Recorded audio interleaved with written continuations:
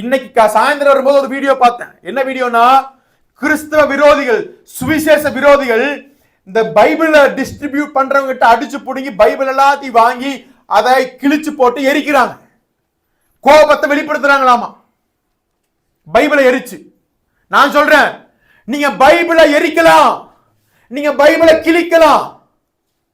நான் ஒண்ணு சொல்றேன், அதன் மூலமா உங்க கோபத்தை தீர்த்துக் கொள்றதுக்கு பதிலா உங்களுடைய இருதயங்களை கிழித்துக் கொண்டு இந்த தேவனிடத்துக்கு திரும்புங்கள். ஒருவேளை அவருடைய இரக்கங்கள் உங்க மேல வரும், ஒருவேளை உங்களுடைய பாவங்கள் மன்னிக்கப்படும்.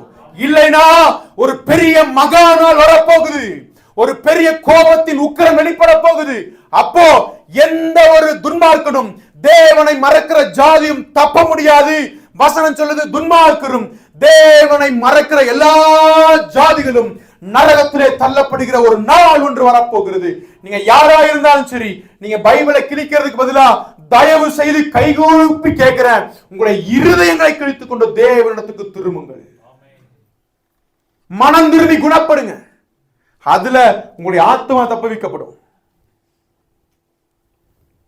துணிகரமா வாழ்ந்து தங்களுடைய கோபத்தை வெளிப்படுத்த சொல்லி இவனுக்கு கிழிச்சு கோபத்தை வெளிப்படுத்துறாங்களா? அவரு கோபம் வரும், அப்ப தெரியும்.